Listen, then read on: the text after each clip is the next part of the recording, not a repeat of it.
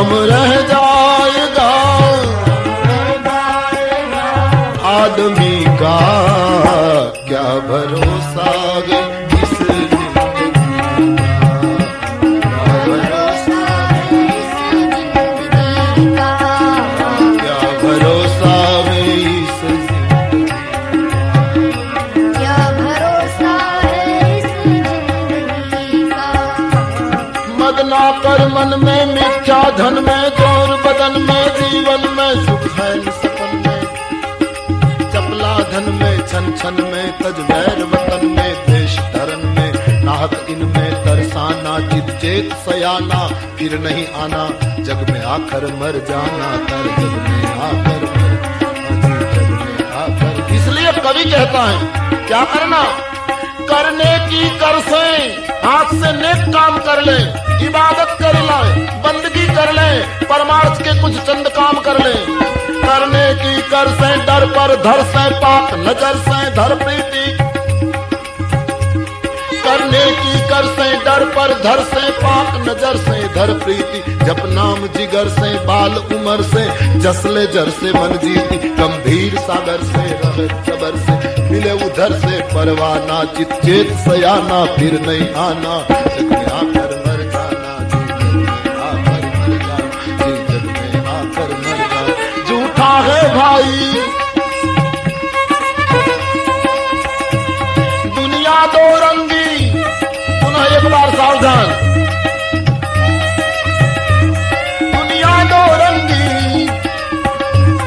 दुनिया दो रंगी, तरक तुरंगी, हो जा सत्संगी एकांगी, सत्संग कर ले।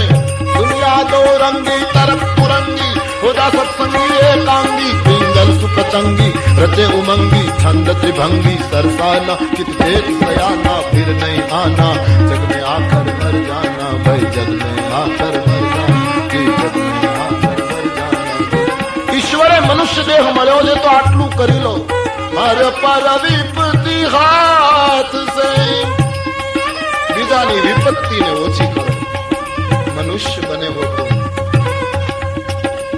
अपनाથી કોઈની આંખમાં આંસુ ના આવે એવું જીવન જીવો, कोई हमसे रोए ना, किसी को हाथ न दे पाओ तो कोई हर्ज नहीं, लेकिन किसी को धक्का मत दो।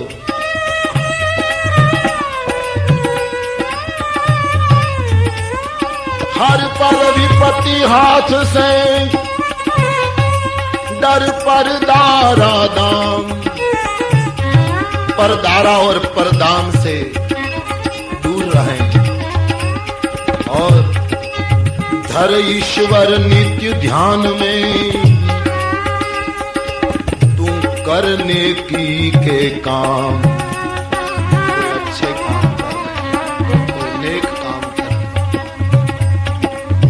मनुष्य जीवन मळ्યું છે, કંઈક કરી લઈએ, कुछ कर ले, सामान बात एकत्रित कर ले, क्या भरोसा है इस जिंदगी का, क्या भरोसा है इस जिंदगी का। हाँ, रो लो दिन दुखियों के लिए, रो लो। राष्ट्र में बहुत बीमारी, कई गरीब हैं, कई बेघर हैं, कई नंगे। मैं उड़ीसा गया एक नेत्र यज्ञ में, वो पहाड़ी मुल्क था, मैं घूम रहा था 2-3 लोगों के साथ, एक कुटिया के पास जाकर हम खड़े रह गए, उससे एक बुजुर्ग बाहर आया, मैं कुछ पूछ रहा था उससे माध्यम के द्वारा, तो मैं જોયું એની 2 દીકરીઓ યુવાન હતી, એને પહેરવા કપડા નહોતા એટલે ઘાસનો એક એક પૂળો એના શરીરનો આડો ઢાંકીને વાતચીત કરતી. આ દેશમાં, આ રાષ્ટ્રમાં, આ દેશની યુવાન બહેન બેટીઓને જો અમુક પ્રદેશોમાં પૂરતા કપડા ન મળતા હોય તો મેં તમે શું પ્રગતિ કરી એનો આત્મસંશોધન કરવું જોઈએ. हम कहाँ हैं वो सोचना चाहिए सबको. कितनी बीमारी, कितनी। और किसी का दोष नहीं, किसी की आलोचना नहीं, हम अपने आप से शुरुआत कर दें, दीप दीक्षा शुरू कर दें। 5-5 ने बैठा करो राष्ट्र में, संस्कृति के लिए, राष्ट्र गौरव के लिए। હું ને તમે જો સજ્જન હોઈએ, આ સમાજમાં બુરાઈ વધતી હોય તો એમાં સજ્જનોનો પણ હિસ્સો છે. એક સજ્જને 5 માણસોને કેમ બેઠા ન કર્યા? સજ્જનતા હતી તો. એક માણસ 5 ને કેમ તૈયાર નથી કરતો આ રાષ્ટ્રમાં? જો એનામાં ઈમાનદારી અને પ્રમાણિકતા હતી તો. बुराई नहीं केवल टीका न करो, बुराई के पीछे भी चंद कारण होते हैं. आदेश नो भणेलो माणस केम 5-5 ने बैठा न करे? આજે તો દુઃખ સાથે કહેવું પડે કે એસટી ના ભાડાના પૈસા ન હોય ગામડાના કિસાન પાસે, ફાટેલા કપડા પહેર્યા હોય અને પોતાના ખેતર કે પોતાની કંઈક ખેતી માટે કંઈક ઓફિસમાં કામ કરાવવા આવે, માંડ માંડ પૈસા લઈને આવ્યો હોય ટિકિટ ભાડાના, અને ઓફિસમાં જઈને ઉભો રહે અને ભણેલો ગણેલો પદાધિકારી અને એમ કહે કે આટલા રૂપિયા આપો તો કામ થાય. આ દેશનું દુર્ભાગ્ય છે.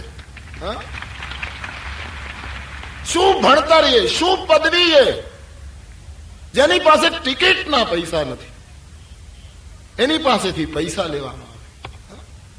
અનીતિ, અપ્રમાણિકતા ઋષિઓના દેશમાં માજા મુકતી જાય છે. हमारी तुम्हारी करुणा नहीं. मैं आलोचना नहीं कर रहा हूं, मैं वेदना, और सब जानते हैं मैं क्या वो कह रहा हूं. सब खुली बात है. क्या ऐसा नहीं चल रहा है समाज में? નાનામાં નાના માણસથી માંડીને પૈસો ભાળ્યો અને ભલભલા ડોલ્યા છે આ સમાજ. ભણતરનો આવો ઉપયોગ. આ દેશનો યુવાન, કોઈ ગામડાનો માણસ બજારમાં નીકળે તો એની મશ્કરી ન કરતો હોવો જોઈએ આ દેશનો યુવાન. દાદા તમને તકલીફ હોય તો હું તમારી થેલી ઉપાડી લઉં, એવો આ દેશમાં યુવાન પેદા થવો જોઈએ. દાદા તમે ચડી ન શકતા હો તો હું તમને હાથ આપું, આવી યુવાનીની આ રાષ્ટ્રને જરૂર છે.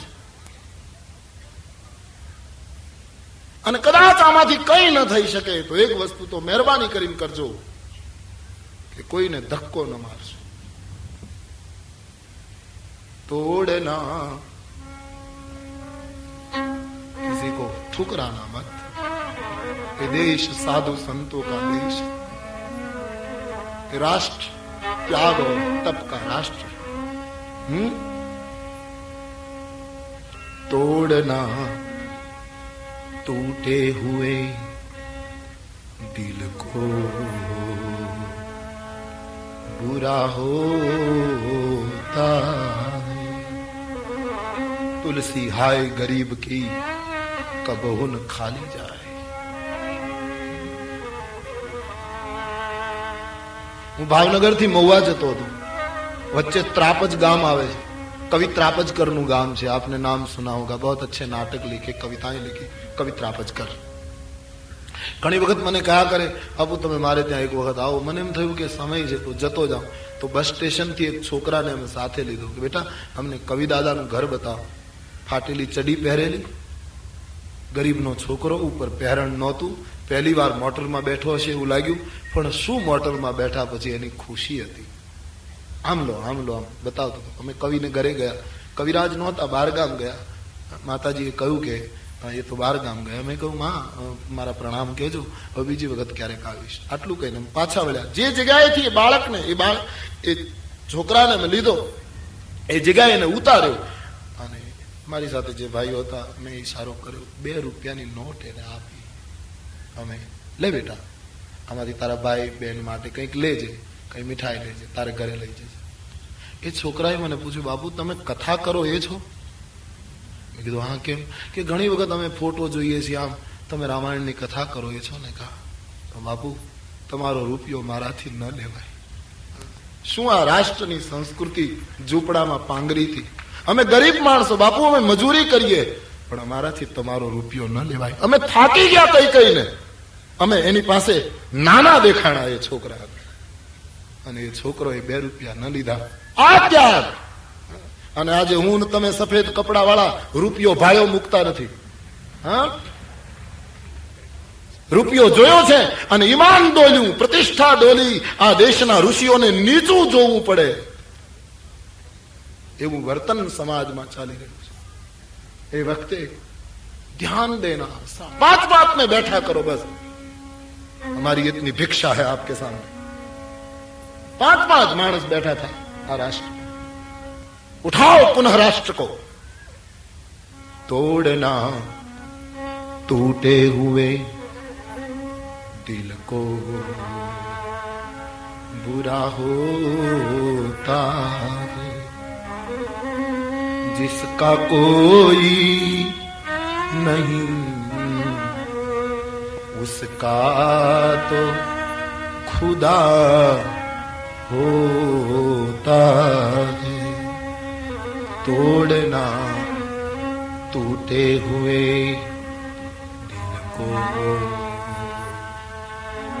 बुरा होता। किसी को ठुकराओ मत, किसी से नफरत मत करो, छोटे छोटे को अपनाओ, लगाओ गले, करो प्यार और उठाओ राम राज्य इस देश में, लाओ राम राज्य। बहुत सुंदर शेर है, सुनिए, गौर फरमाए। लोग नाहक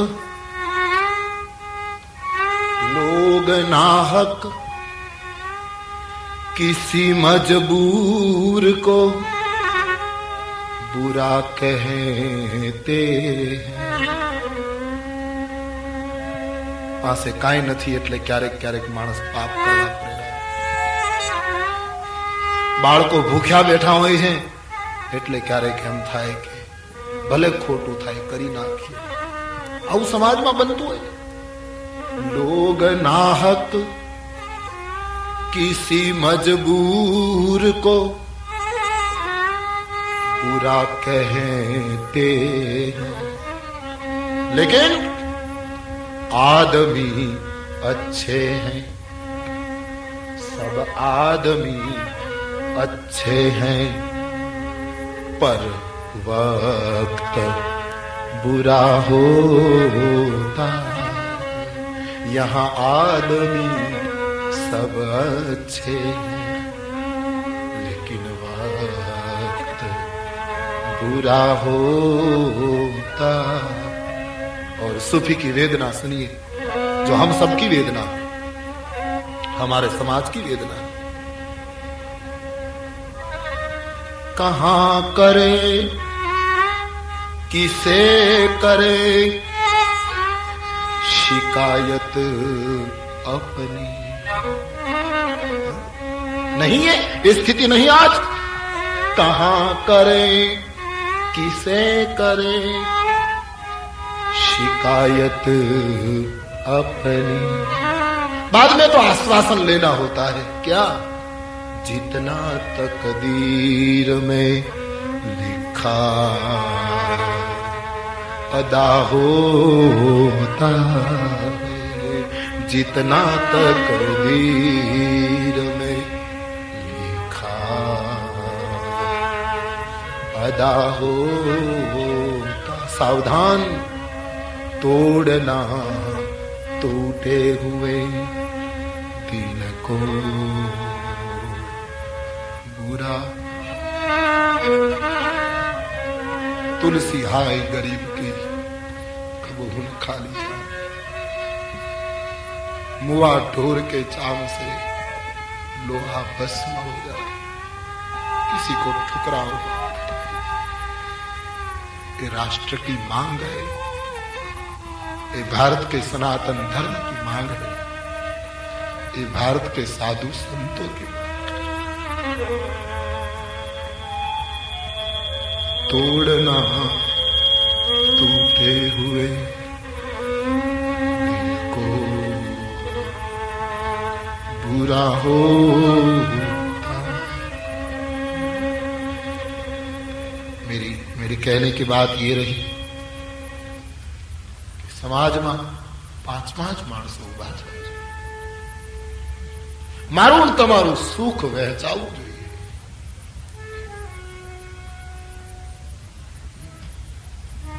हार्ट फेल नो अर्थ शू? हृदय बंद थी जाए, लोगों कहे हार्ट फेल थयो। साची बात है, पण हूँ ने तमे जमता होइए અને કોઈ ગરીબના બાળકો ભૂખ્યા રડતા હોય અને છતાંય હું તમે જમી શકતા હોઈએ તો આનો અર્થ એમ થયો કે હાર્ટ ફેલ થઈ ગયું. હાર્ટ હોય તો કેમ જમી શકાય, કેમ ખાઈ શકાય? એનો અર્થ એમ કે હૃદય ગયું મારા ને તમારામાંથી. હૃદય જેવી કોઈ વસ્તુ હોત તો કેમ જમી શકે માણસ? સુખ કો બાંટો बस एटली ही समझ. मरीज का बड़ा प्यारी गजल है. कितनी ऊंची भावना व्यक्त की है मरीज ने. बस एटली समझ मने परवर दिगार दे. बस मने आटली समझण आप बस और कुछ नहीं चाहिए.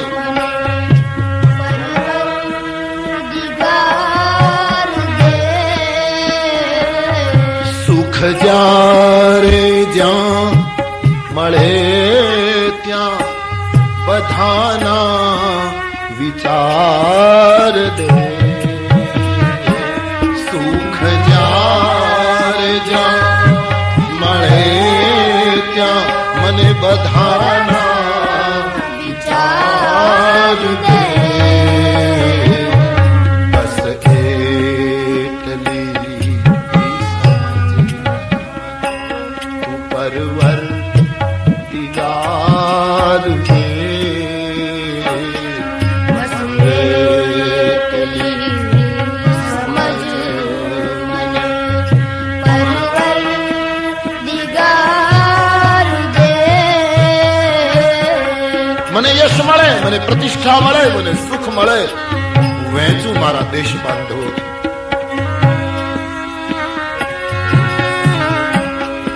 तेन त्यक्तेन भुंजिता बांट के खाओ.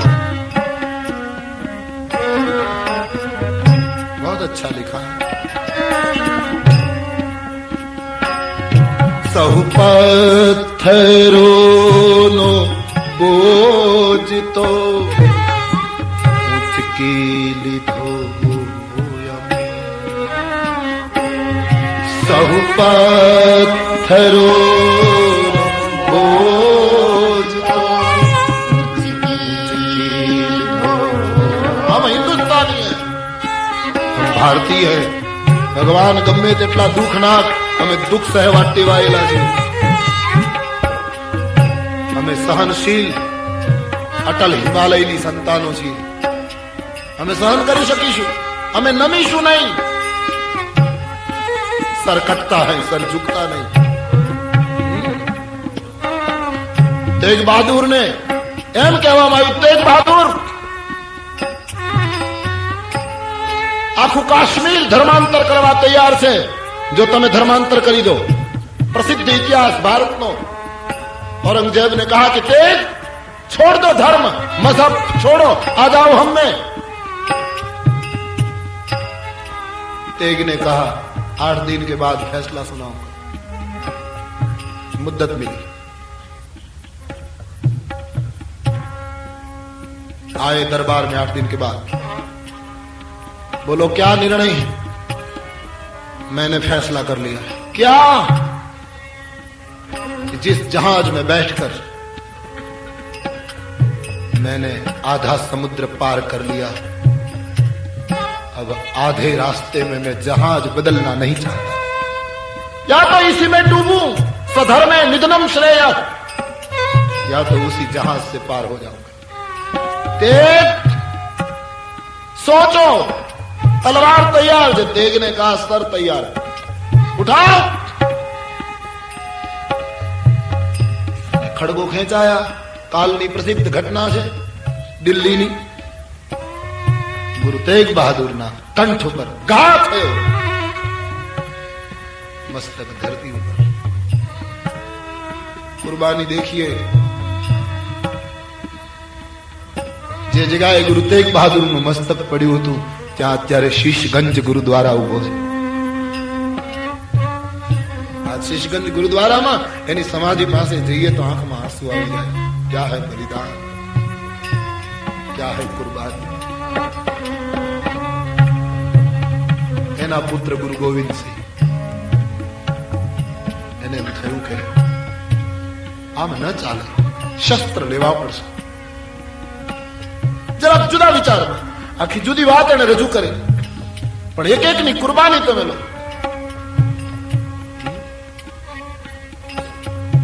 એના બે દીકરાને જીવતા ચણી દેવામાં આવે દિવાલ. ગુરુ ગોવિંદસિંહને બાંધવામાં આવે. માસૂમ બાળક પાયો ખોદ્યો, ઉભા રાખ્યા. ગુરુ ગોવિંદસિંહની માં બાળકોની દાદી અટારીમાં ઉભી, એની નજર સામે આકા. ઇતિહાસ કહેતા જેમ પથ્થર પાયામાં નાખે બાળકોને ઉભા રાખી અને ચૂનો ને ઈંટું નાખવા લાગ્યા. બાળકોને પૂછ્યું, तुम्हें कुछ कहना है? बालकों कहूं, हाँ, मुझे एक बार हमारे बाबा जी से मिलवा दिया जाए. निकाले दोनों को बाहर. गुरु गोविंद सिंह खड़े हैं. सिंह है, भारत का शेर है. आगा बालको पण बाप છે, આંખમાં આંસુ આવી. બેटे आओ बेटे. दोनों को सीने से लगा दिया, माथा ऊपर हाथ फिर. बाबा मत रहियो, इस देश में हम पैदा हुए, दादाजी ने भी कुर्बानी दी. हम आपकी संतान, ऋषियों की संतान. जाओ चले.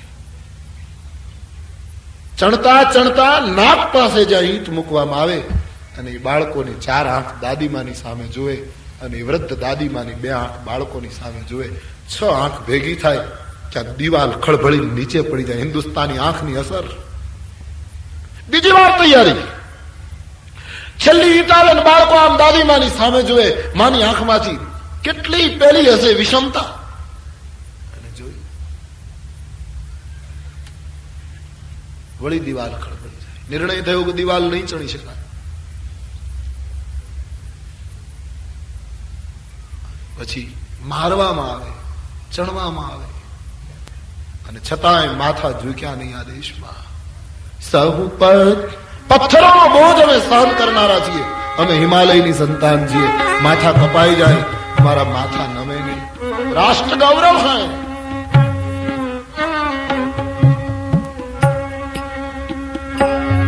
સહુ પથ્થરોનો બોજ તો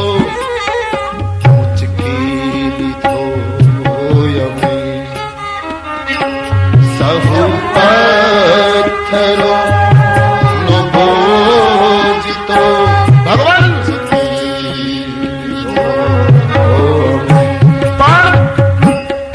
અમને નમાવવા હોય તો, અમને નમાવવા હોય તો ફૂલોનો ભાર દે.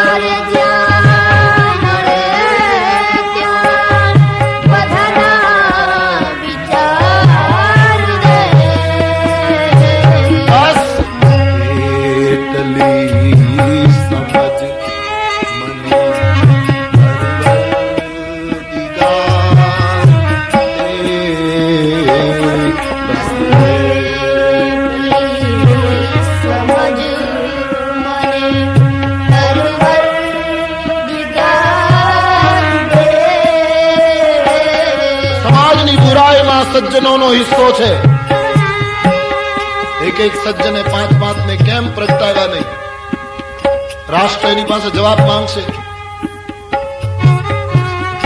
માટે કવિ કહે, હર પર વિપત્તિ હાથ સે તું ડર પર દારા દામ.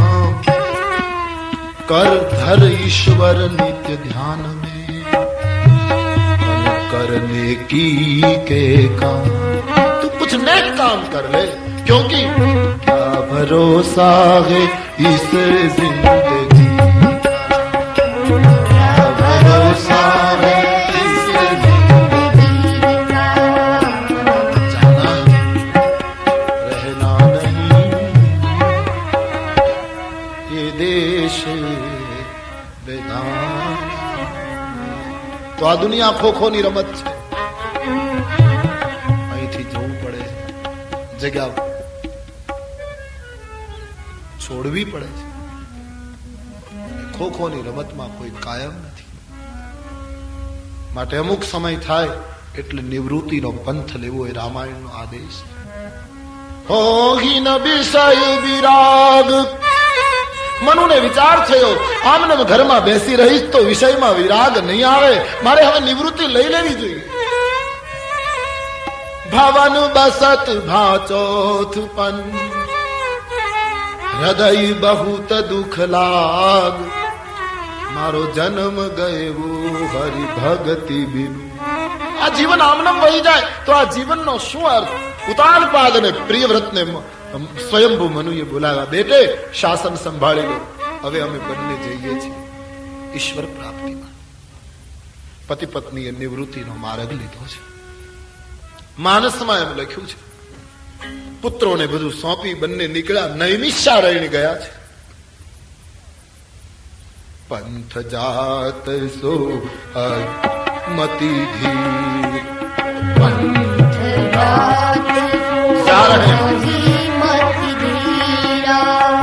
જ્ઞાન ભગતિ જનુ ધરે શરીરા, જ્ઞાન ભગતિ જનુ ધરે શરીરા, જ્ઞાન ભગતિ જનુ ધરે શરીરા, જ્ઞાન ભગતિ જનુ ધરે શરીરા.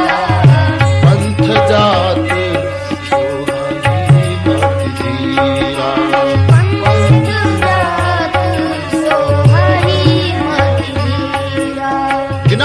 ભક્તિએ જાણે નરનારીનું રૂપ લીધું હોય એવા ચાલ્યા જાય. આવા નૈમિષારણ્યમાં મહાત્માઓ સ્વાગત કરવા દોડ્યા. રાજર્ષિ મહાપુરુષો કેટલો ત્યાગ કરીને આવ્યા છે, સંતોને દંડવત કર્યા છે. સિદ્ધિદાતા પ્રદેશ છે નૈમિષારણ્ય, ધૈનુમતી નદીને કિનારે લઈ ગયા છે. મહાત્માઓને મનુએ અને શત્રુપાએ પૂછ્યું, બાપજી આપની કૃપાથી જીવનમાં બધું મેળવી લીધું, હવે જે મેળવવા માટે જીવન મળ્યું છે એ પરમ પ્રાપ્તિ બાકી છે. ઈશ્વરના દર્શન પ્રત્યક્ષ થાય એવું કંઈક સાધન બતાવો. જપ તપ વગેરે કરાવ્યું છે અને નદીને કિનારે બેસાડી મંત્ર દીક્ષા આપી છે. આ મંત્રનો જપ કરો મનુ શત્રુપાજી. સંતોને મંત્ર દીક્ષા દી. દ્વાદશ અક્ષર મંત્ર બર, 12 અક્ષરનો મંત્ર આપ્યો છે. જપહી સહિત અનુરાગ, વાસુદેવ પદ પંકરુહ, દંપતિ મન યતિલા. પતિ પત્નીનો એક જ મંત્ર છે, મંત્ર લઈને જપ કરે છે. એક વખત ફળ લે, સરિતાનું વહેતું પાણી પી લે અને જપ કરે. જપ કરવામાં એટલો આનંદ આવવા લાગ્યો, એટલું પ્રસન્નતા થવા લાગી કે ખાવાનું છોડ્યું નહીં, છૂટી ગયું. ફળાહાર કરવાની ઈચ્છા જ નથી થતી, છૂટ ગયા. છોડવા કરતા છૂટી જાય એ વધારે ક્રાંતિ છે. छूट जाए, छोड़ने में मैंने छोड़ा, उसमें मैं बच जाता है. मैंने छोड़ा, मैं जीवित रह गया, और जब तक मैं जीवित है तब तक बीमारी चालू. छूट गया. कबीर साहब कहते हैं, पत्ता टूटा डार से, पत्ते को तोड़ा नहीं, टूट गया, पूर्ण रूप से सूख गया, अपने आप गिर गया. पत्ता टूटा डार से, कोशिश नहीं. भगवान महावीर स्वामी ना कपड़ा शरीर ऊपर खरी गया, फेंक्या नहीं, जा रहे थे, बस दशा में डूबे, कपड़े निकल गए, बस बाद में क्या कपड़े, छोड़ा नहीं, छूट गया। મનુ અને શત્રુપાનું ખાવાનું છૂટી ગયું. હવે કેવલ જળ પી લે છે, છતાંય પરમાત્માના દર્શન થતા નથી. બંને પતિ પત્નીએ નિર્ણય કર્યો હવાનું ભક્ષણ કરવાનું છે. પવનનો આહાર કરે છતાંય હરિદર્શન ન થયા. બંને જણા ઉભા રહ્યા, અમુક સમય સુધી ઉભા રહીને તપ કર્યું 24 કલાક, તોય હરિદર્શન ન થયા. પછી બંનેએ અંતિમ નિર્ણય કર્યો કે બંનેએ એક એક પગે ઉભા રહે. જેના મા બાપે આવું તપ કર્યું હોય એના કુળમાં ધ્રુવ એક પગે ઉભો રહીને તપ કરે, એમાં નવાઈશું. આનુવાંશિક ગુણો આવ્યા છે. પતિ પત્ની એક पैर खड़े रह गए, शरीर हाड़ पिंजर बनी गया. बाबाजी कहते हैं बस तार लागी गयो परमात्मा, तू ही तू ही तू ही, बस ले. આકાશમાંથી આકાશવાણી થઈ છે, બ્રહ્માંડ ખળભળ્યું. આકાશવાણીએ મનુને ધન્યવાદ આપતા કહ્યું, ધન્ય મનુ, ધન્ય મહારાજ શત્રુપાજી, આપના સમાન આવું કઠિન તપ કોણ કરે.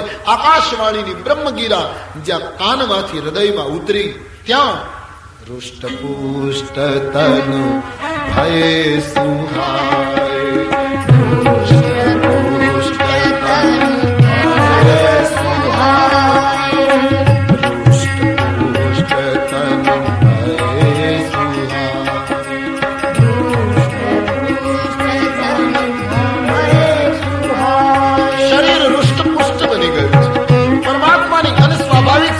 કોઈને એમ લાગે કે આવું બને, હાડપિંજર થઈ ગયા ને એને દિવ્ય વાણી સંભળાવી એટલે આ તો ચમત્કાર જેવું લાગે. નહીં, એ ચમત્કાર નહીં, શક્તિનો સંચાર.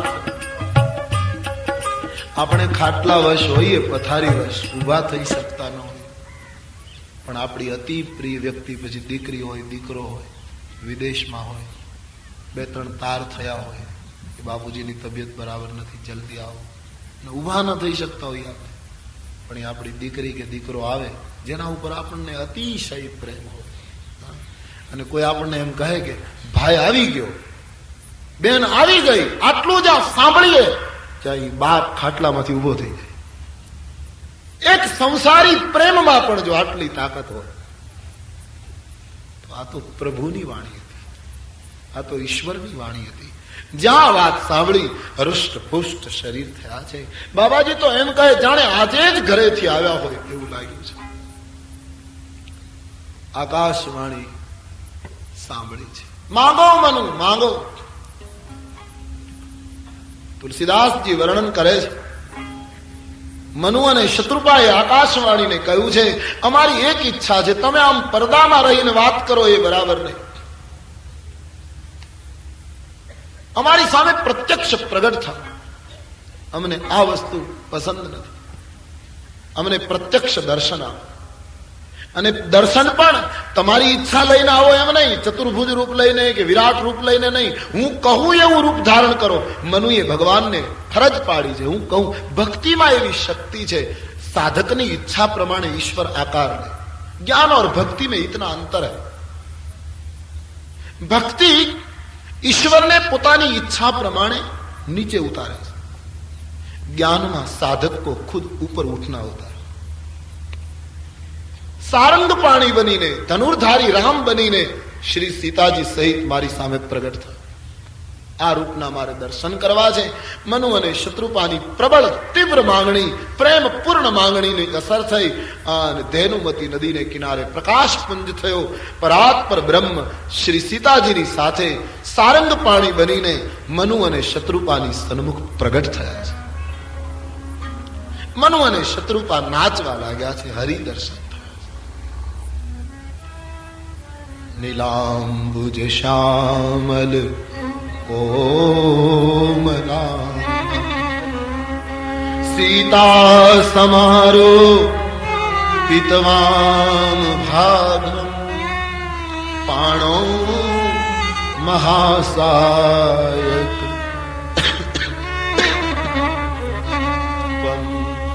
नमामि रामं रघुवंश गिर पड़े चरणों में, रोने लगे। भगवान अभी अभी उठा रहा है, मनु जागो। नयन भर गए, हरि दर्शन पाए। मनु मांगो, शू आप मांगो। મહારાજ એક વસ્તુ માંગવી તો છે પણ માંગતા સંકોચ થાય છે. આવું મંગાય આપની પાસે? આ દેશનો માણસ માંગતા સંકોચ અનુભવે. ઈશ્વર પાસે પણ ત્યારથી માંગવાની વૃત્તિ આવી છે ને ત્યારથી આપણી અસ્મિતા તૂટવા માંગવા. સ્વામી રામતીર્થ વિદેશથી આવતા હતા ને કેટલા ડોલર લોકોએ આપ્યા, બધા લઈ લીધા. પછી લીધા પછી પોતાનું એક જ ભગવું કપડું પહેરતા હતા, અડધું નીચે વીટે અડધું ઉપર. ક્યાં ફકીરી थी स्वामी राम तीर्थ की. એમાંથી અડધું કપડું ફાડી અને જે સંપત્તિ હતી એના ઉપર મૂકીને કહ્યું, લો मैं भारत का साधु हूं, हम देते हैं लेते नहीं. वापस दे दी. અને સ્ટીમરમાં બેસવા ગયા तो कप्ताने कहूं, स्वामी जी नमो नारायण. नमो नारायण. आज तो बड़ा योग हो गया. बोले कौन सा? कि जिस जहाज में आप जा रहे हैं वही जहाज में हिंदुस्तान का बादशाह जा रहा है. हिंदुस्तान તે દિવસે અંગ્રેજોનું શાસન, कोई वायसरोय આવતો હતો. जिस जहाज में आप जा रहे हैं वही जहाज में हिंदुस्तान का बादशाह जा रहा है. ओ स्वामी राम तीर्थ स्टीमर में से नीचे उतरी. कप्तान ने कहा, बाबा अभी अभी स्टीमर चलने वाली है, बैठ जाइए. बोले जाने दो स्टीमर को. क्यों? एक जहाज में दो बादशाह नहीं बैठ सकते. चाहे वो जा सकता है चाहे मैं जा सकता हूं. एक कपड़ू पहर्યું तू પણ આદેશની ફકીરી तुम देखो. एक जहाज में दो बादशाह नहीं. जाने दी स्टीमर को. कभी रोता है कभी हंसता है. तेरी गढ़वाल के जंगल में घुमा करते थे ना. गंगा ने किनारे कोई मड़वा जाए तो पत्थर आपे. स्वामी राम आपको तख्त पर बिठाते हैं, बैठियो. भाषा तो बड़ी अद्भुत है. आवनारो विचार करे आ पत्थर तख्त, अपने आप को बादशाह मान. बादशाह राम. कोई पैसा धरे पगमा तो एम कहे ठीक है स्वीकार करी बजा तुम ले लो, मुझे क्या चाहिए. बोले बाबजी कांक लेवू है. बोले पण दुनिया में जेटली बैंक है बधी मारी ज छे. એમાં તમારા નામનું એક ખાતું કે નહીં, મેં ખાતું બંધ કર્યું. કેમ? મારા બાળકોને નામે બધું કરી નાખ્યું જેથી કરીને ઇન્કમ ટેક્સ લાગે નહીં. આવી તો ભાષા બોલતા હતા. ये दुनिया में जितनी बैंक है सब मेरे संतानों की बैंक है. जंगल में जोगी हंसता है, कभी रोता है कभी हंसता है.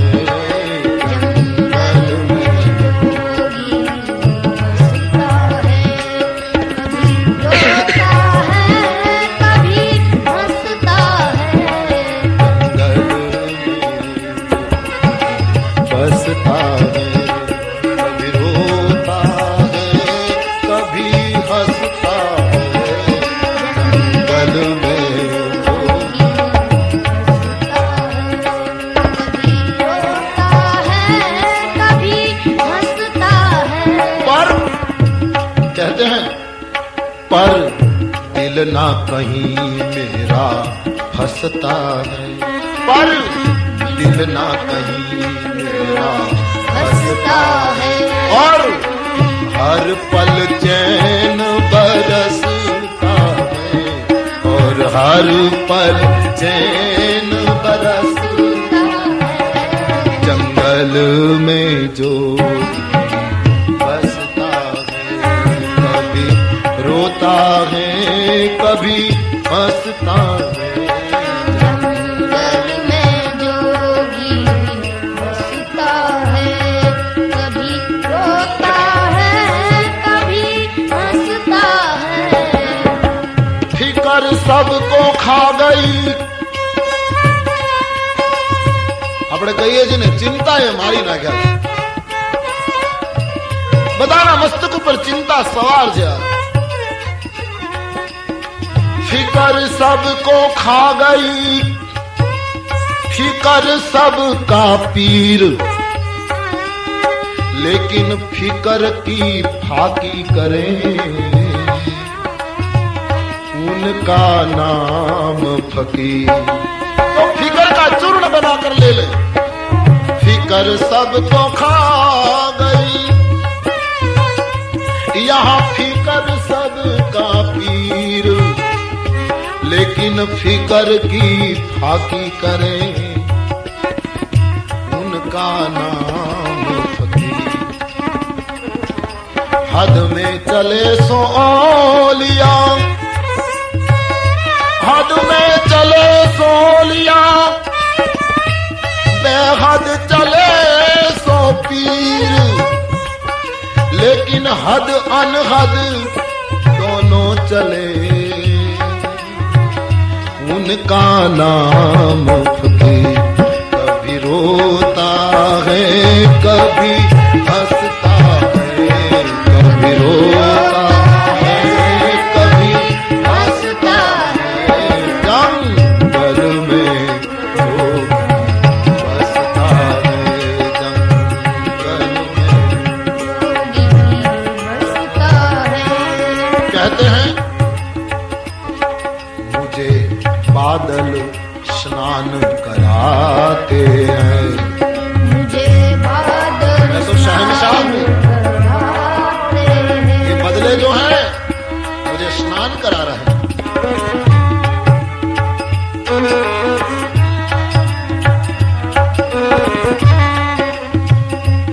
मुझे बादल स्नान कराते हैं और पंछी गीत सुनाते हैं, सब वृक्ष रिश्ते नाते हैं, दरियाई गीत सुनाते हैं। दौड़ते थे एक दिन कविता गाते गाते, तो एक भगवू कपड़ो હતો એ સાગના વૃક્ષની ડાળમાં ફસાઈ ગયો, દિગંબર हो गए। कोई મળ્યો એને કહ્યું બાપજી આપનું વસ્ત્ર, કહ્યું वस्त्र मैंने फेंका नहीं, तो भगवान को मुझे मिलना है, ये कपड़ा बीच में रहे तो दो दिल एकत्रित न हो पाए, इसलिए भगवान ने वृक्ष की शाखा बनकर मेरा वस्त्र ले लिया है। कभी फिरता नंग मनंगा है, कभी फिरता नंग मनंगा, नैनों में बहती गंगा है, नैनों में बहती गंगा है, जो मिल जाए सो चंगा है।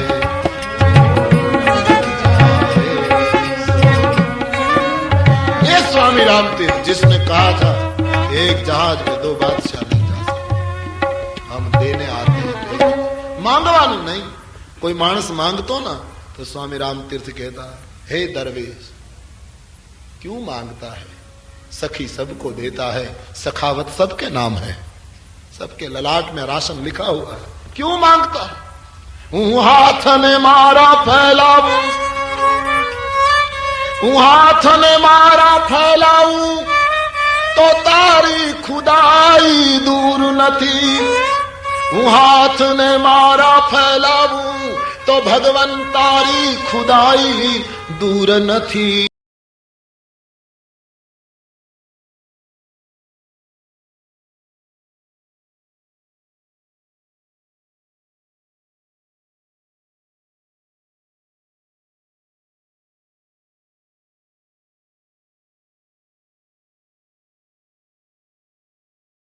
पण हूँ मांगू अने पछी तू आपे, ये बात मने मंजूर।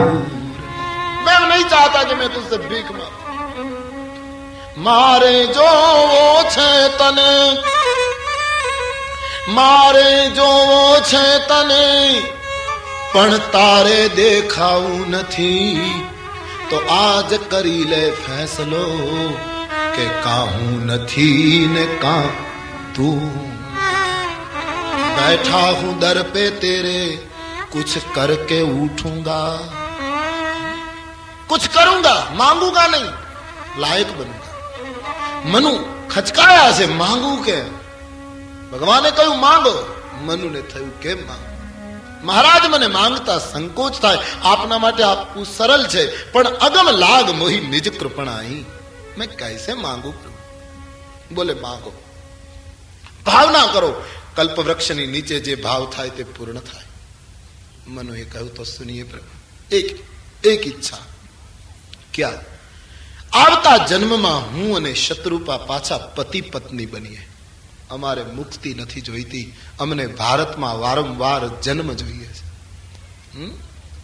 आद्य जगत गुरु शंकराचार्य महाराज ने कहा न मोक्षस्य आकांक्षा, मुझे मोक्ष नहीं चाहिए, मैं यही चाहता हूं.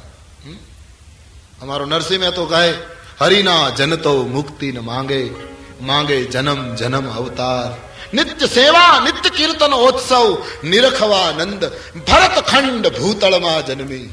नरसिंह में तो भरत खंड भूतल मां जन्मी, जेने हरिगुण गाया रे, धन धन एना मात पिता ने सफल करी एने काया रे. मारे मुक्ति નથી જોઈતી મહારાજ, અમને આવતો જન્મ પતિ પત્ની તરીકે મળે. તથાસ્તુ. અને મહારાજ હવે મૂળ વાત શું કે આવતા જન્મમાં અમે જ્યારે પતિ પત્ની બનીએ ત્યારે પ્રભુ અમારા ગ્રહસ્થાશ્રમમાં અમારે ત્યાં તમારા જેવા પુત્રનો જન્મ થાય. આ માંગણી જ્યાં કરી ભગવાન પણ ભાવાવેશમાં તથાસ્તુ બોલી ગયા પછી ભગવાનને વિચાર થયો કે મારા સમાન પુત્ર, મારા સમાન તો આ જગતમાં કોઈ છે જ નહીં, હું મારા સમાન ક્યાંથી આપી શકું? પણ હે રાજવી દંપતી, તમે મને બાંધી લીધો છે, મારું વચન છે, હું મારા સમાન ન આપી શકું, પણ જાઓ તમે અયોધ્યાના મહારાજ દશરથ અને શત્રુપાજી તમે કૌશલ્યા બનશો, હું તમારે ત્યાં સ્વયં રામ બનીને પ્રગટ થઈશ. વચન દે દિયા. મનુ શત્રુપા નાચવા લાગ્યા છે, હું મારા અંશો સહિત પ્રગટ થઈશ, મારા ભાઈઓ અંશો ભાઈઓનું રૂપ લઈને આવશે, મારી શક્તિ સામે પક્ષે પ્રગટ થશે. મનુ કો સમાધિ લગ ગઈ. શત્રુપાજી ને ભગવાને પૂછ્યું, માં તમારે કઈ માંગવું છે? શત્રુપાજીએ કહ્યું, મારા પતિદેવે જે માંગ્યું તે મને ખૂબ ગમ્યું, મારે કઈ ફેરફાર કરવો નથી, કારણ કે આપ પુત્ર બનીને આવશો ને હું માં બનીશ, દીકરો માં પાસે જ વધારે મોટો થતો, એટલે તમારો લાભ વધારે મને મળવાનો છે, મારે વિશેષ કોઈ ફેરફાર કરવો. પણ મહારાજ એક શંકા, શું કે આવતા જન્મમાં તમે પુત્ર બનીને આવો, અમે તો જીવ મરીએ વળી પાછા જન્મીએ, જન્મની પીડામાં ગત જન્મ ભૂલાઈ જાય અને પછી અમે બધું ભૂલી જઈએ, તો તમે તો ભૂલાવી શકો, બધું કરી શકો, અને આ ઘટના ન બની તો તમે આવશો ચોક્કસ? ભગવાન હસ્યા, માં મારું વચન કદી નિષ્ફળ ન જાય, હું દીકરો બનીને આવીશ, અને માં તે દિવસે ભૂલ ન પડે ને એટલા માટે આજથી હું તને માં કહેવાનો આરંભ કરી દઉં છું. તો માં. મનુ શત્રુપા ધન્ય હો ગઈ. પ્રભુ એક ઈચ્છા છે, આપ પુત્ર બનીને આવો, પણ તમારા સંતને જે ગતિ, જે રહેણી કરણી, જે ભાવ, જે ભક્તિ મળે એ બધું પાછું અમને મળે. કેવલ સાંસારિક લાગણીમાં જ અમે બંધાઈ રહેના. શત્રુપાની આ માંગણી છે, મને એ ભક્તિ મળો. તથાસ્તુ. દરમિયાન મનુ સાવધાન થયા. ભગવાને મનુને પૂછ્યું, હવે કઈ માંગવું છે? મનુએ કહ્યું, એક ઓર બાત. ક્યાં? તમે અમારે ત્યાં પુત્ર બનીને આવો ત્યારે તમારા ઉપર પુત્ર વિષયક એટલો પ્રેમ જાગે મને કે તમારા વિરહમાં મારું મૃત્યુ થઈ જાય, मैं मर जाऊं आपके विरह. धन्य है मनु, जीवन सब मांगते हैं, मौत कौन मांगेगा? मृत्यु कौन मांगे? मनु धन्य છે જેણે મૃત્યુ માંગ્યું. અમુક ઉંમર થાય ને એટલે લોકો વાતો કરતા હોય કે હવે ભગવાન બોલાવી લે તો સારું, બાકી જવાની કેટલાની તૈયારી. અમારે સૌરાષ્ટ્રની ભાષામાં એમ કહેવાય કે બહુ મોટી ઉંમર થાય એટલે વડીલો એમ કહેતા હોય, હવે અમે કાંઠે બેઠા છીએ, પણ કાંઠે બેઠા હોય બીજાને ધક્કો દેવા, પોતે બિલકુલ સલામત હોય. મરવાની તો કબીર વાત કરે, मरने से कबीर कहेगा, मरने से सब जग डरा, मेरो मन आनंद. कबीर साहब, कब मिली हो कब भेटी हो, पूरन परमानंद.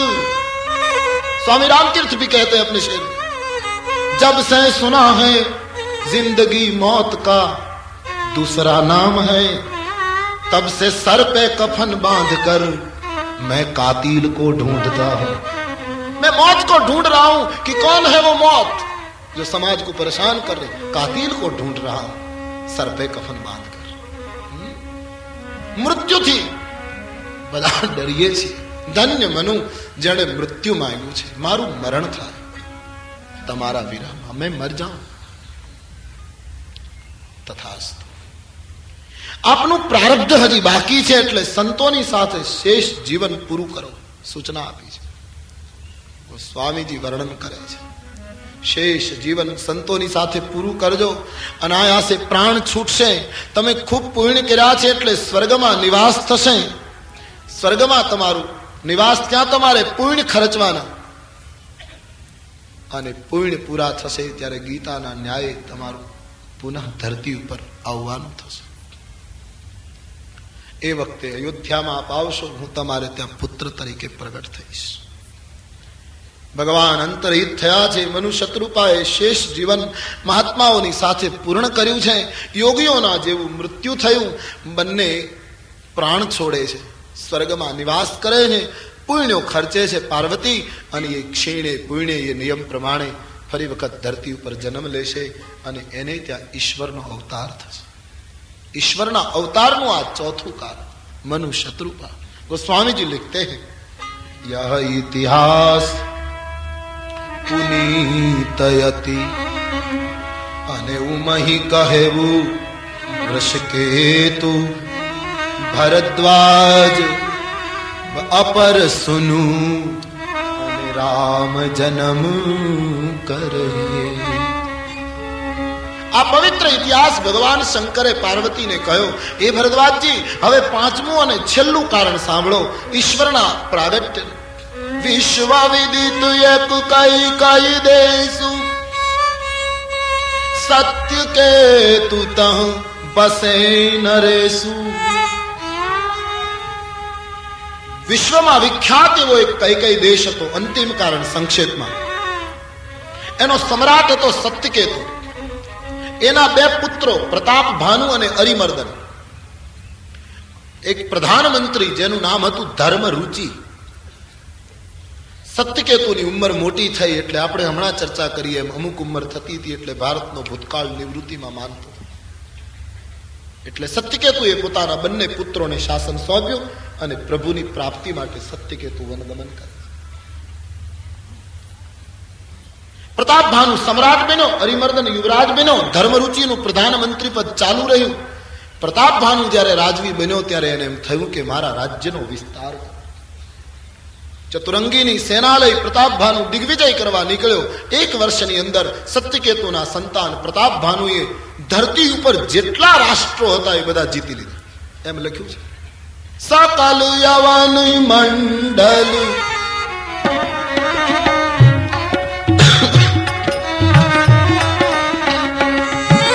સકલ યવની મંડલ તે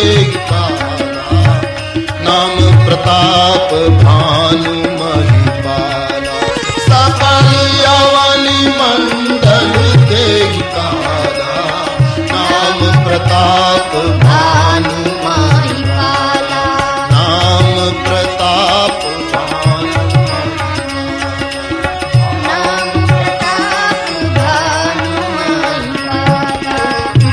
ભૂમંડળ ઉપર એક જ રાષ્ટ્ર ધ્વજ ફરકે છે અને તે પ્રતાપ ભાનુનો દિગ્વિજય કરીને પોતાના નગરમાં પ્રવેશ કરે છે। કેટલાક રાજાઓને છોડી મૂક્યા, કેટલાકને ખંડિયા બનાવ્યા, કેટલાકનો નાશ થયો, પણ ભૂમંડળ ઉપર એક જ રાજવીની આણ વર્તી ગઈ। ઘણા યજ્ઞો કર્યા, તીર્થોના સમારકામ કરાવ્યા, ઘણા સત્કાર્યો પ્રતાપ ભાનુએ કર્યા એવું લખ્યું છે। એક દિવસ પ્રતાપ ભાનુની ઈચ્છા થઈ કે શિકાર કરવા જાઉં। ક્ષત્રિય હતો, શિકાર કરવા નીકળ્યો। સવારથી શિકાર કરતા કરતા અનેક મૃગને મારે છે, પણ બપોરના શિકાર પૂરો થયો અને એ પાછો ફરતો હતો ત્યાં એણે એક ભૂંડ જોયો। વરાહને જોતા પ્રતાપ ભાનુને થયું આને મારી નાખો, અને એ પાછો ઘરે આવતા આવતા ઘોડાને ફેરવી અને ભૂંડની પાછળ। આ વિચારધારા પ્રતાપ ભાનુની પ્રલોભન વૃત્તિનું પ્રતીક છે।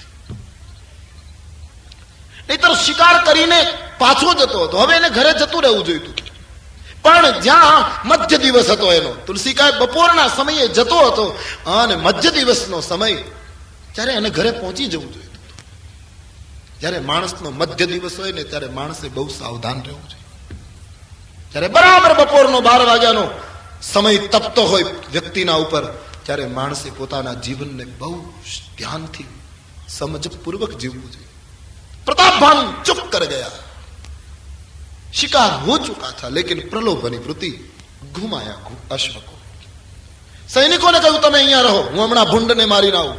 અને અશ્વને ભૂંડની પાછળ દોડાયું. એ ભૂંડ નહોતો, કાલકેતુ નામનો રાક્ષસ હતો.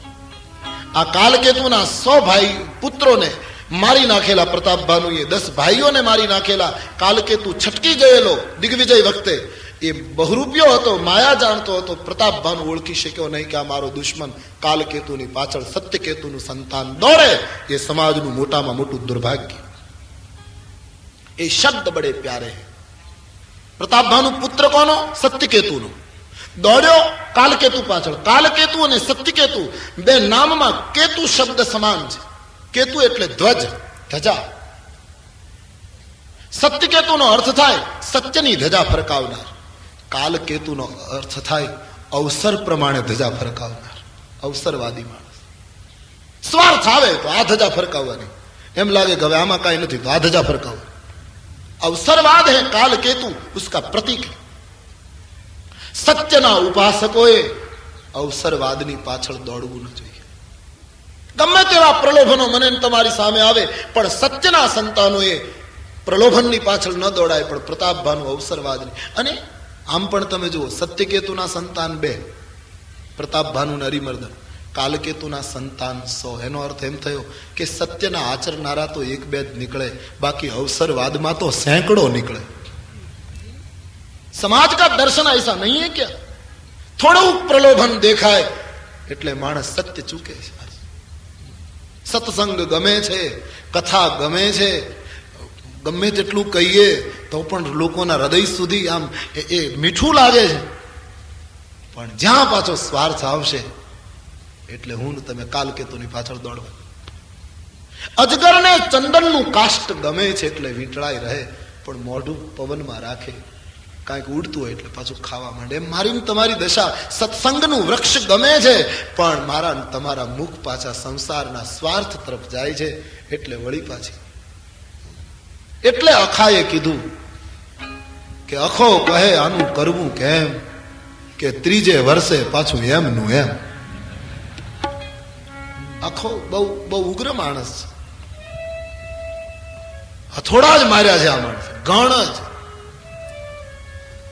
અખો કહે એનું કરવું કે 3 વર્ષે. તિલક કરતા 53 ગયા. અખો તિલક કરતા 53 ગયા. જપમાળા નાના ગયા. તીરથ ફરી ફરી થાક્યા ચરણ. તોય ન પહોંચ્યો હરિને શરણ. તોય ન પહોંચ્યો હરિને શરણ. આંધળો સસરો સરંગટ વહુ. કથા સાંભળવા ચાલ્યા સહુ. કીધું કઈને સાંભળ્યું કશું. કીધું કઈને સાંભળ્યું કશું. આંખનું કાજળ ગાલે ઘસ્યું. આંખનું કાજળ ગાલે ઘસ્યું. ઊંડો કૂવો ને ફૂકી બોખ.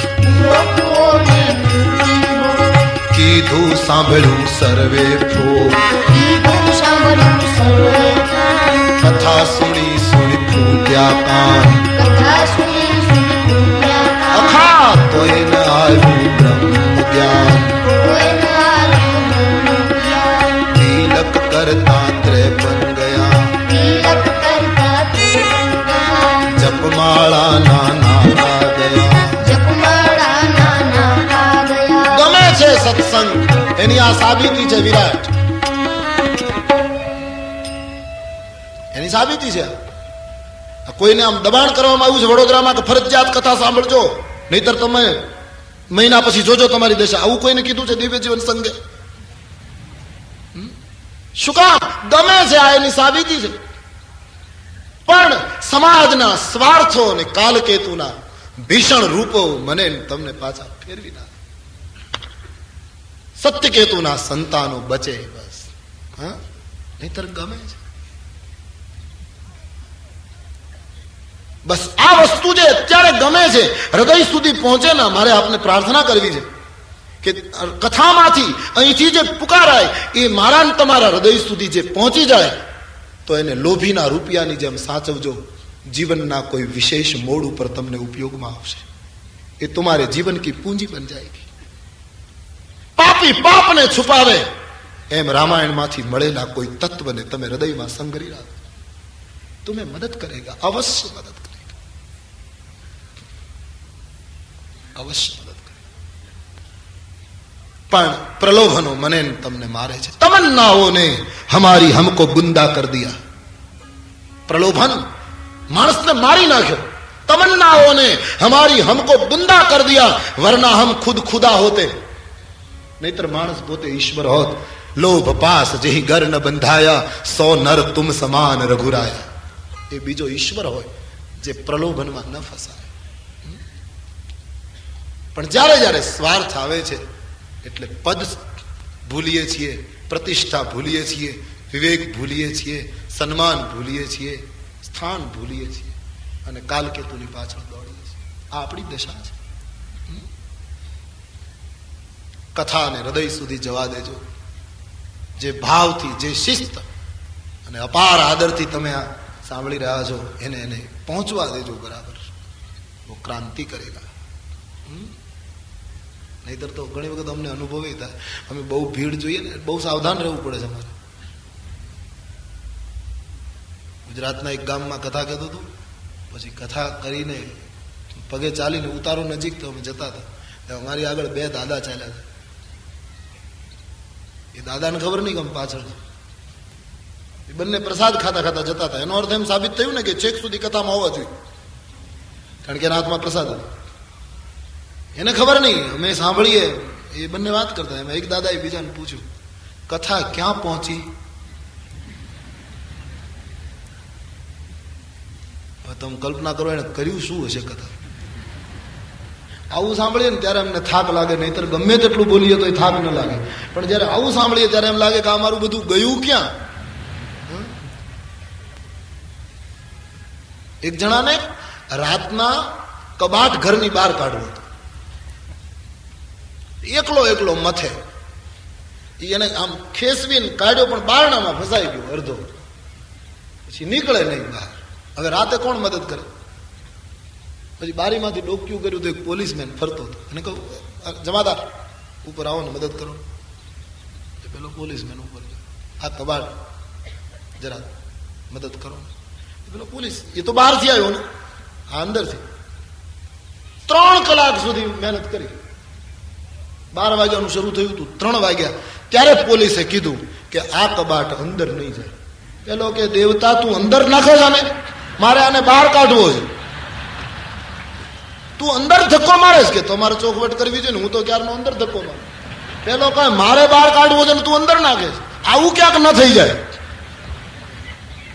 કબાટ વચ્ચે ને વચ્ચે ફસાઈ જાય અને આપણી શક્તિ જતી ના રહે. કથા ક્યાં પહોંચી? પણ આટલેથી વાત અટકી હોત ને, બીજું વાક્ય અમે ન સાંભળ્યું હોત તો તકલીફ ન થાત. પણ જે બીજા દાદાએ જવાબ દીધો છે, શું કહું. પેલા એ પૂછ્યું કથા ક્યાં પહોંચી, એટલે બીજા દાદાએ કીધું એ આપણે ક્યાં ધ્યાન રાખવાનું, એ તો મહારાજને ધ્યાન રાખવું. લે, આપણે તો એના મોટરમાં લઈ આવ્યા, એના માટે વ્યવસ્થા કરી, ક્યાં મૂકવું ને ક્યાંથી શરૂ કરવું, એ આપણે માથાકૂટમાં ક્યાં ઉતરવું. પ્રસાદ ખાઓ, લે. તિલક કરતા 53 ગયા, તિલક કરતા 53 ગયા, જપમાળા નાના થા ગયા, જપમાળા નાના ગયા, તીરથ ફરી ફરી થાક્યા ચરણ, તીરથ ફરી ફરી થાક્યા ચરણ. આખાની અખાઓ આવી ગયો મગજમાં. એટલે પણ અખાનો એક દુહો બહુ સરસ છે, તમને ખોટું ના લાગે તો કહું. મને એમ થાય કે છેલ્લા 5 દિવસ માટે શું કામ બગાડવું.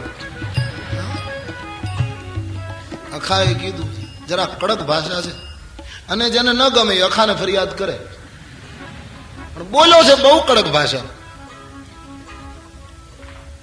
બોલી નાખો.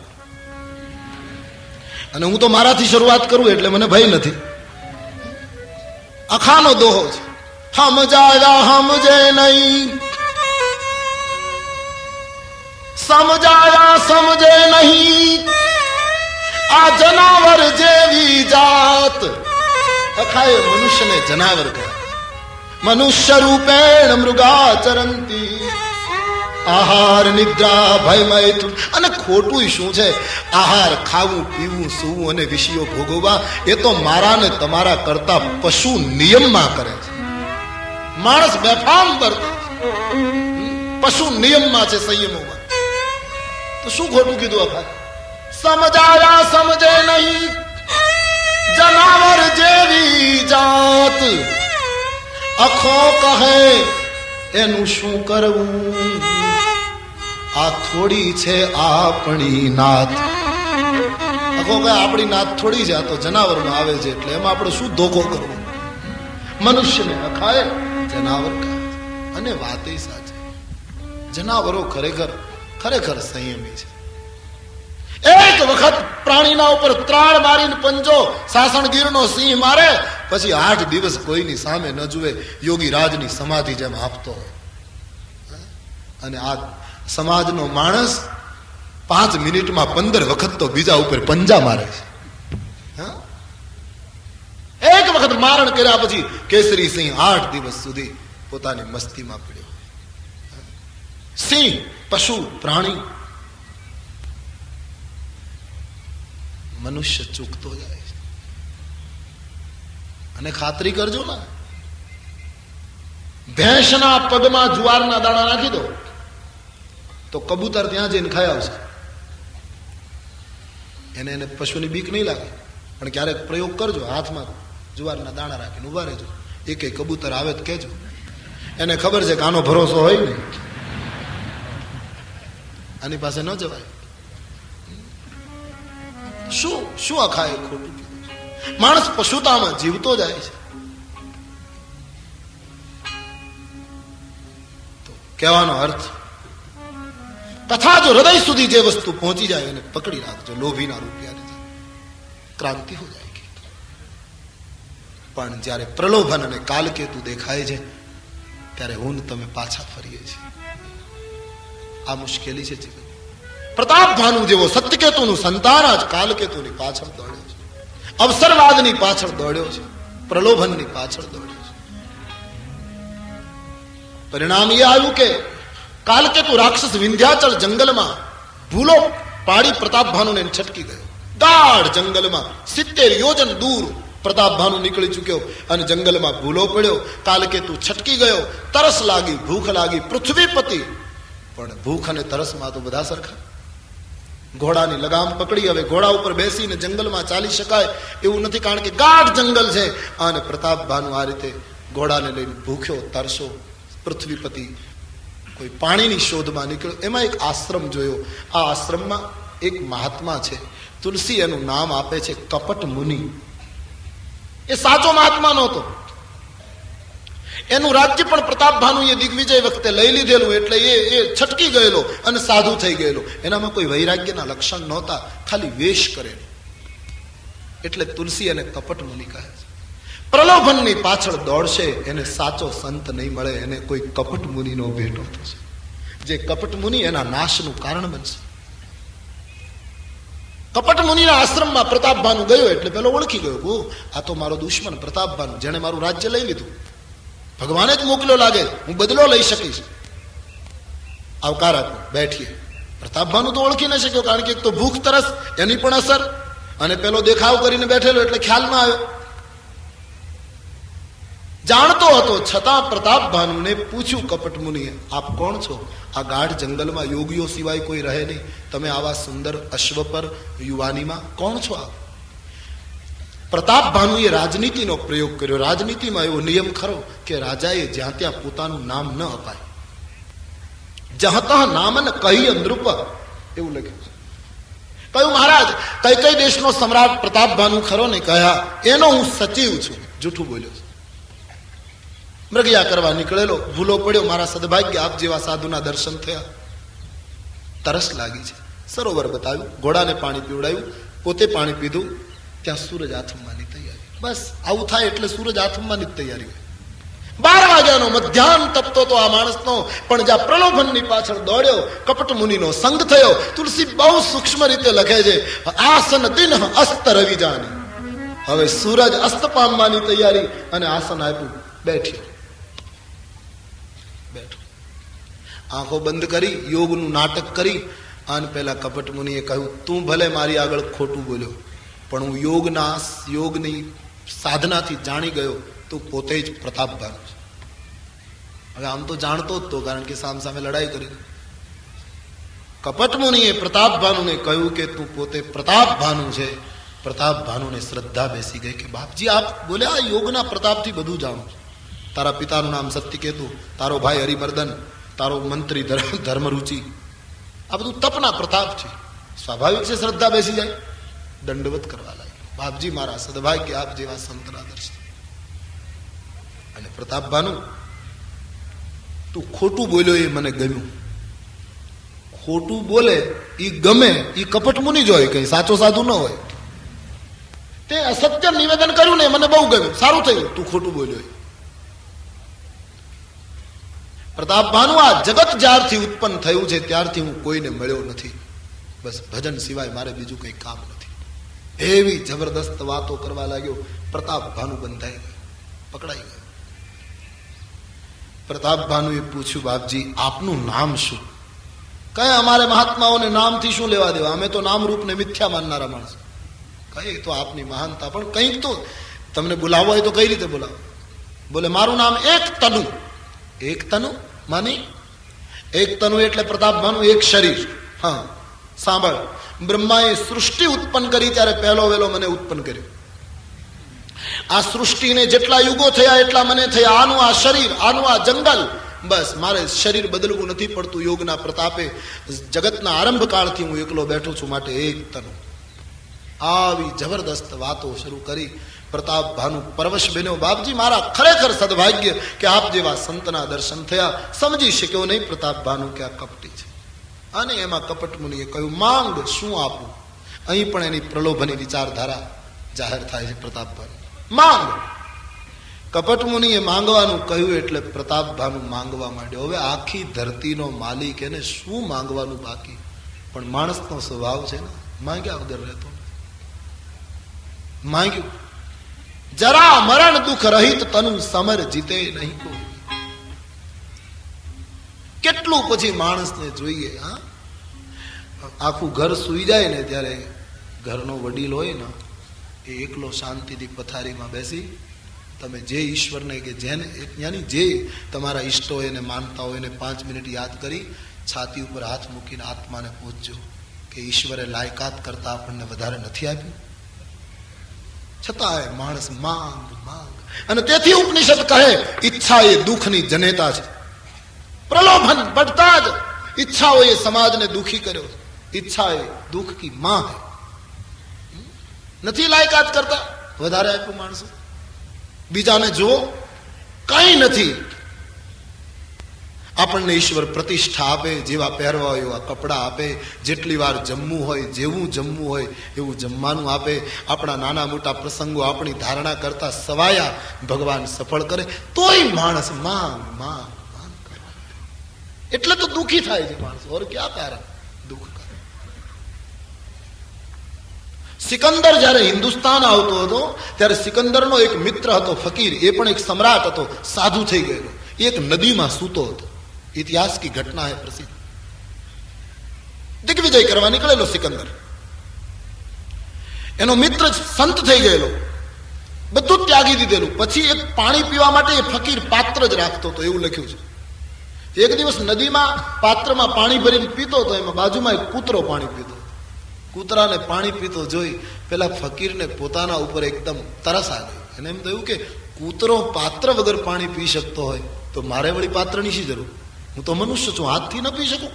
પાત્ર ફેંકી દીધું અને ત્યારથી કરપાત્રી બની ગયો એ ફકીર. બસ કુત્તા ઉસકા દોસ્ત બન ગયા. નદીનું પાણી પીવે, ફળ મળે ખાઈ લે, કૂતરો બાજુમાં હોય, ફકીર सोया रहता था नदी में, बंदगी करता था. એમાં સિકંદરની સવારી નીકળી. सुना था कि मेरा पुराना दोस्त आजकल महात्मा बन चुका है, वो इस सरिता के पटांगण में रहता है. तो सिकंदर सवारी से नीचे उतरा. पूरा दबदबा था उसका. वो तो सो रहा था, महात्मा को क्या, सिकंदर हो या कोई भी हो, अपनी मस्ती में लेटा. सिकंदर ने जाकर सलाम किया. बाबा सलाम. सलाम. कौन? सिकंदर. कहां जा रहे हो? बोले हिंदुस्तान जा रहा हूं. क्यों? हिंदुस्तान को जीतना है. दुआ दो, आशीर्वाद दो, मालिक तुम्हें सफलता प्रदान करे. फकीर ने कहा. लेकिन एक प्रश्न. क्या? हिंदुस्तान को जीतने के बाद क्या करोगे? फकीर ने जब पूछा, सिकंदर ने कहा उसके बाद हिंदुस्तान के पड़ोस में जो राष्ट्र होंगे ना, वो सब जीत लूंगा. ठीक है, तेरी उम्मीद पूरी हो, लेकिन उसके बाद क्या करोगे? बोले उसके बाद उसके पड़ोस में जो राष्ट्र होंगे उसको जीत लूंगा. मालिक तुम्हें तरक्की दे, प्रगति प्रदान करे. उसके बाद क्या करोगे? एना पछी एनी बाजुना राष्ट्र जीतीश. फकीर ने कहा उसके बाद क्या करोगे? पछी दिग्विजय करीश. फकीर ने कहा अच्छा, तेरी उम्मीद पूरी हो, लेकिन दिग्विजय के बाद क्या करोगे? फंस गया सिकंदर और जवाब दिया बाद में आराम करूंगा. आराम करूंगा ऐसा जब सिकंदर बोला और बड़े खूल के हंस पड़ा फकीर. कूतरानी सामू जो इनको, अरे ओ मित्र कुत्ते, आज दुनिया का प्रथम नंबर का मूर्ख से मुलाकात हो रही है. सिकंदर को मूर्ख कहा और समसमी गयो मानस. लेकिन फकीर को क्या? सिकंदरे कहूं आपे મને મૂર્ખ કહ્યો તો और क्या कहूं?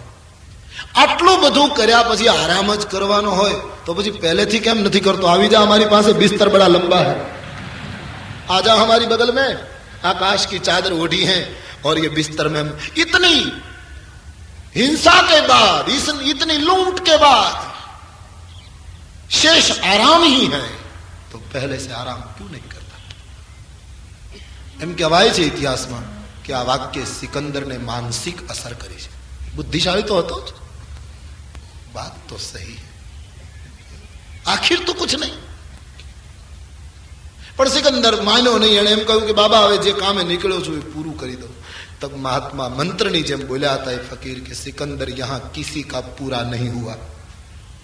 અને હકીકત છે, બધું કરીને યુનાન પાછો જતો હતો, રસ્તામાં રહી ગયો માણસ. આટલાને લૂંટ્યા, આટલાને કાપ્યા, શું કર્યું? પણ પ્રલોભન. પછી કવિઓએ બહુ સરસ બધું સિકંદરનું વસિયતનામું કોકે લખ્યું, કોકે કઈ કવિતા લખી. એમ લખ્યું ને કે એમ કહે છે કે સિકંદરનો જનાજો નીકળ્યો ત્યારે એને વસિયતમાં લખ્યું હતું કે મારા 2 હાથ બહાર રાખજો, મારે દુનિયાને બતાવવું છે કે હું ખાલી હાથે આવ્યો તો ખાલી હાથે જાઉં. પણ એક સંત મળેલા બહુ સરસ કહેતા હતા કે આવો વિચાર સિકંદરને આવે જ નહીં, હું કબૂલ નથી થતો. આખું જીવન જેને હત્યા કરી હોય, બીજાને લૂંટ્યા હોય, એને છેલ્લી ઘડીએ આવો દુનિયાને ઉપદેશ દેવાનો કોઈ અધિકાર નથી, અથવા તો આવો વિચાર એને આવે નહીં કે હું ખાલી હાથે આવ્યો તો ખાલી હાથે જાઉં છું, માટે જનાજામાંથી હાથ બહાર રાખજો. તો એ મહાત્મા એમ કહ્યું કે હાથ તો જનાજામાં પેક હતા, તો જનાજો જયારે લઈ જતા હતા ત્યારે જનાજો તોડીને હાથ બહાર કાઢ્યા કે હજી મને આપો, આટલાથી મને તૃપ્તિ નથી, હજી આપો. છેલ્લી ઘડીએ આટલી હિંસા કરનારને આવો સાત્વિક વિચાર ક્યાંથી આવે? લૂંટનો જ આવે. લાવો હજી. એટલે જનાજો તોડીને નીકળ્યો બહાર. લાવ. પ્રલોભની વિચારધારા. આજ પ્રતાપ ભાનુ પૃથ્વીપતિ હોવા છતાં માંગવા માંડ્યો છે. જરા મરણ દુઃખ રહિત તનુ સમર જીતે નહીં કોઈ, એક છત્ર રિપુહીન મહિરાજ કલપશત હોય. મારું મૃત્યુ ન થાય, મને ઘડપણ ના આવે, મને કોઈ સમરાંગણમાં જીતે નહીં, 100 કલ્પ સુધી મારા એકલાનું શાસન ભૂમંડળ ઉપર રહે. પેલા કપટ મુનિએ બધામાં તથાસ્તુ તથાસ્તુ. કપટ મુનિઓને કઈ તથાસ્તુ ખરીદવાના ન હોય, એની પાસે તથાસ્તુ પુષ્કળો, તથાસ્તુ તથાસ્તુ, તારું મૃત્યુ નહીં થાય, પણ એક કામ કરવું પડશે, તારે બ્રાહ્મણોને વશ કરવા પડશે. બાપજી, બ્રાહ્મણોને કઈ રીતે વશ કરવું? કઈ બ્રાહ્મણો ભોજનથી વશ થાય. 1 વર્ષ સુધી તારે બ્રાહ્મણોને જમાડવા, પણ એમાં એક મુશ્કેલી પ્રતાપભાઈ, શું? હું રસોઈ બનાવું મંત્રમય અને એ બ્રાહ્મણો જમે તો તારે આધીન, પછી કાળ પણ ન મારી શકે. તો બાપજી, આપ મારે નગર પધારો, આપ કહો એટલી રસોઈ બનાવું, એટલા વર્ષ જમાડું. બોલે મુશ્કેલી એ છે કે તારા ઉપર મને પુત્ર ઉપર પિતાને ભાવ જાગે એવો ભાવ જાગ્યો છે, પણ હું તો કોઈના ગામમાં જતો નથી, સૃષ્ટિ ઉત્પન્ન થઈ ત્યારથી અહીંયા બેઠો છું. બોલે બાપજી, કોઈ માટે નહીં તો મારા માટે તો. એવી રીતે એને આખું ષડયંત્ર ગોઠવ્યું. ભલે પ્રતાપભાનું તારી લાગણી છે તો હું તારે ગામ આવીશ, રસોઈ હું બનાવીશ, પણ હું આ રૂપમાં નહીં આવું. તારા ઉપરોહિતનું અપહરણ કરીને અહીં લઈ આવીશ. હું યોગ માયાના પ્રતાપથી તારો ઉપરોહિત બનીને તને 3જે દિવસે મળીશ, અને તું અત્યારે સૂઈ જા. હું મારી માયાથી તને તારા ઘોડાને તારા નગરમાં મૂકી દઈશ. કોઈને વાત કરીશ નહીં. બધું ગોઠવી લીધું આ કપટમુનિ. પ્રતાપભાનું સૂઈ ગયો. રાત્રિએ કપટમુનિ બેઠો છે, એનામાં તો કઈ હતું નહીં, કપટી હતો, પણ પેલો કાલકેતુ રાક્ષસ એનો મિત્ર જે ભૂંડ બનીને રાજાને ભૂલો પાડી ગયો, એ આને મળવા આવ્યો. એ બહુરૂપી હતો, માયાવી હતો. કપટમુનિએ બધી વાત કરી, તમે આને લઈને નગરમાં મૂકી આવો, એના ઉપરોહિતને અહીં લઈ આવો. કાલકેતુ, તમે ઉપરોહિતનું રૂપ લઈને 3જે દિવસે એને મળજે, અને આવી રીતની રસોઈ કરજો, જેથી કરીને બ્રાહ્મણો શાપ આપે એટલે પ્રતાપભાનુના કુળનો નાશ થાય, અને એનો નાશ થાય એટલે આપણા રાષ્ટ્રો આપણને પાછા મળે. કાલકેતુ રાક્ષસે માયા કરી, પ્રતાપભાનુનું અપહરણ કરી નગરમાં પહોંચાડ્યો, એના ઉપરોહિતને અહીં લઈ આવ્યો, પોતે એને 3જે દિવસે મળ્યો છે. રસોઈ ઘર સોંપાયું. પ્રતાપભાનુ ઓળખી શક્યો નહીં. તમામ બ્રાહ્મણોને ભોજન કરવા માટે બોલાવ્યા છે. આ કાલકેતુ એ રસોઈ, હે પાર્વતી, શંકરજી કહે છે, માંસની બનાવી છે. બ્રાહ્મણો અને પશુઓનું માંસ નાખ્યું છે. બ્રાહ્મણો જમવા બેઠા, અને જ્યાં ભોજન કરવાની તૈયારી, આકાશમાંથી આકાશવાણી થઈ, બ્રાહ્મણો ઉઠીને જતા રહો. આ અન્ન મુખમાં મૂકશો તો વૈદિક સંસ્કૃતિથી ભ્રષ્ટ થશો. તમામ બ્રાહ્મણો ઉભા થઈ ગયા, ધ્રુજવા લાગ્યા. પ્રતાપભાનુને શાપ આપ્યો કે તે અમને ભોજન કરવા બોલાવીને અમને ધર્મભ્રષ્ટ કરવા હતા. ભગવાને અમારો ધર્મ બચાવ્યો. જા, 1 વર્ષની અંદર તારા કુળમાં કોઈ શ્રાદ્ધ કરનારું નહીં, જળદાતા નહીં. પ્રતાપભાનુને બ્રાહ્મણોનો શાપ મળ્યો. ધ્રુજવા લાગ્યો. પ્રતાપભાનુ રસોડામાં જાય તો કાલકેતુ માયા કરીને જતો રહ્યો. બીજી વાર આકાશવાણી થઈ.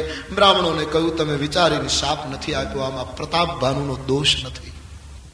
શાપ અનુગ્રહ કરી બ્રાહ્મણો જતા રહ્યા. અહીં કપટમુનિ અને કાલકેતુએ પરાજિત રાજાઓને પત્રો લખ્યા. સત્યકેતુના નગર ઉપર હુમલા થયા, અને પ્રતાપભાનુનું આખું કુળ બ્રાહ્મણોના શાપને લીધે નાશ પામે. કોઈ જળદાતા ન બચ્યું. પ્રતાપભાનુનો બીજો જન્મ રાવણ, એનો ભાઈ અરિમર્દન બીજા જન્મમાં કુંભકર્ણ, અને એનો ભાઈ વિભીષણ, એનો જે મંત્રી ધર્મરુચિ, એ બીજા જન્મમાં બીજી માતાને પેટે વિભીષણ થઈને જન્મ્યો. આમ 5મા કારણમાં પ્રતાપભાનુનું આખું કુળ રાક્ષસ યોનિમાં, રાક્ષસ કુળમાં જન્મે છે.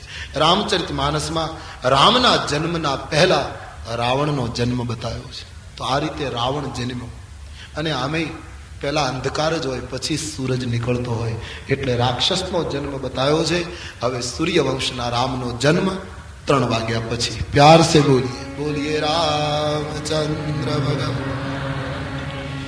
શ્રી બાલકૃષ્ણ લાલ સદગુરુ દેવ ઓમ નમઃ પાર્વતી પતયે.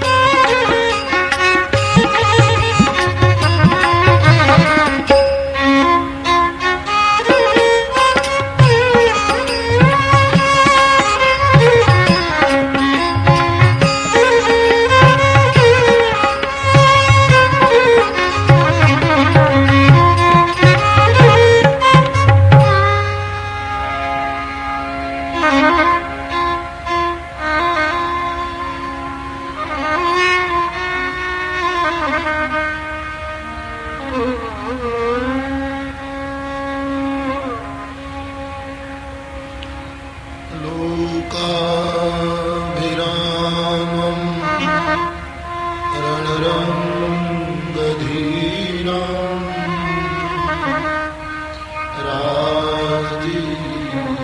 राजीवनेत्रम्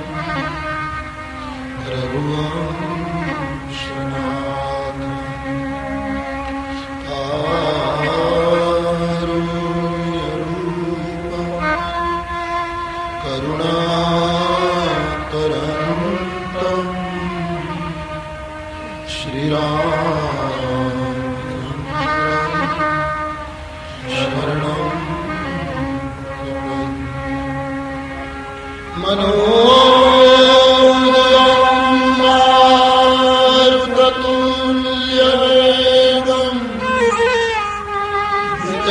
जितेन्द्रियं बुद्धिमतां वरिष्ठं